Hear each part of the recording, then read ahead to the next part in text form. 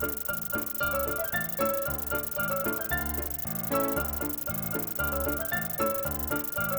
what's up? How's it going today, guys? Today we're going to review the Ang Lee film Gemini Man, featuring Will Smith, and yeah, that's pretty much all you got to concern yourself with. So let's get right into it. Gemini Man is directed by Ang Lee.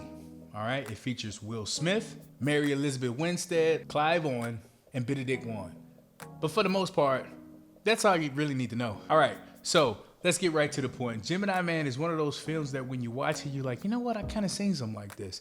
Movies that come to mind that represent what Gemini Man is, Total Recall, Bourne Legacy, all the Bournes pretty much, James Bond, a little bit of the Equalizer, pretty much any action film where you have some better action guy attacking or chasing some other action guy, and then one action guy has to beat the other action guy, except this time it's yourself, facing yourself. Now let's get into the things that I like about this film. First of all, there are some scenes at night where Will Smith, the older Will Smith, is facing his younger self, and it looks amazing. It looks awesome. Will Smith plays a character by the name of Henry Brogan.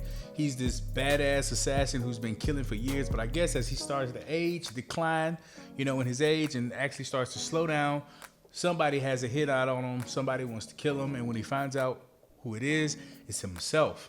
All right? I'm not gonna reveal anything, but there is one type of kill that he does where you say to yourself, like, man, this guy's, when he was younger, he was pretty dope. And then you're introduced into the younger version of himself, which is called Junior.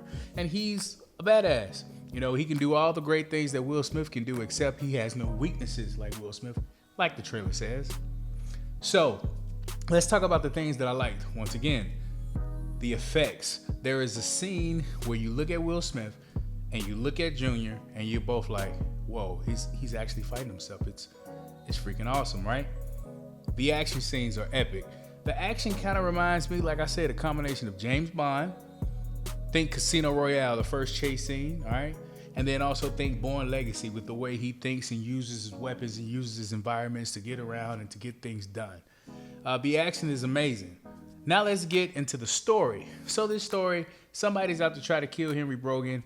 It's himself. And pretty much that's all the movie. I mean, it's so many different places that this, the director could have went with this concept. I mean, at night, the technology looked awesome. In the daytime, not so much. We'll get into that a little bit later.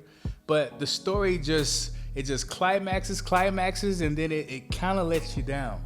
It goes from a movie where you're like, you know what, this is potentially good.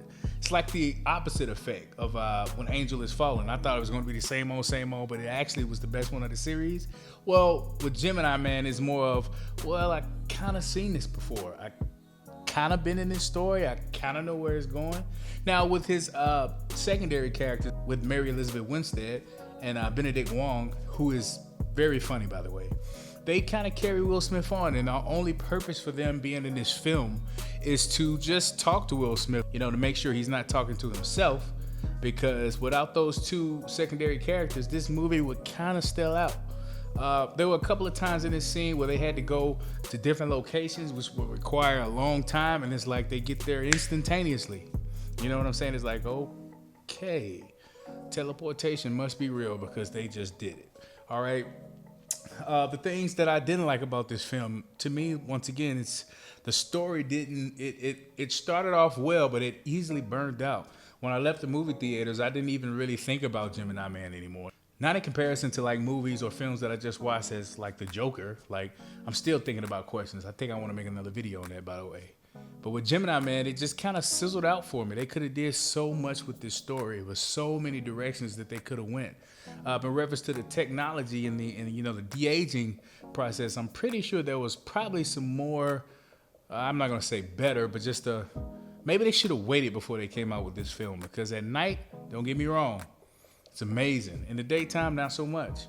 Word on the street was Ang Lee knew that theaters in the US and most other countries in the world couldn't play it at that high frame rate of 120 4K. So without that in 3D, I mean, even with that, story is king, and the story just kind of flopped. My official rating for Gemini Man, I'm going to give it... Come on, step it up! a good enough. And when I say good enough, like, okay, I'm bored, I have nothing to do, homework is finished, my job finished, yeah, it's good enough to go watch. Or hey, you know, your girlfriend, boyfriend want to go out, yeah, you know what, it's good enough to watch. It'll keep you entertained.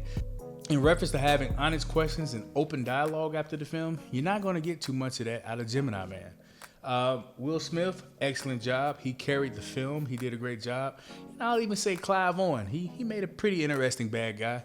But overall, Gemini Man just was kind of okay. So tell me what you think about this video. Like, comment, or subscribe. Right-hand corner of the screen. Or just go to my channel at Tide Talks. Please let me know what you guys think. Thank you. Coming up next will be my top 5 Quentin Tarantino films and why Pulp Fiction isn't number 1. See you later.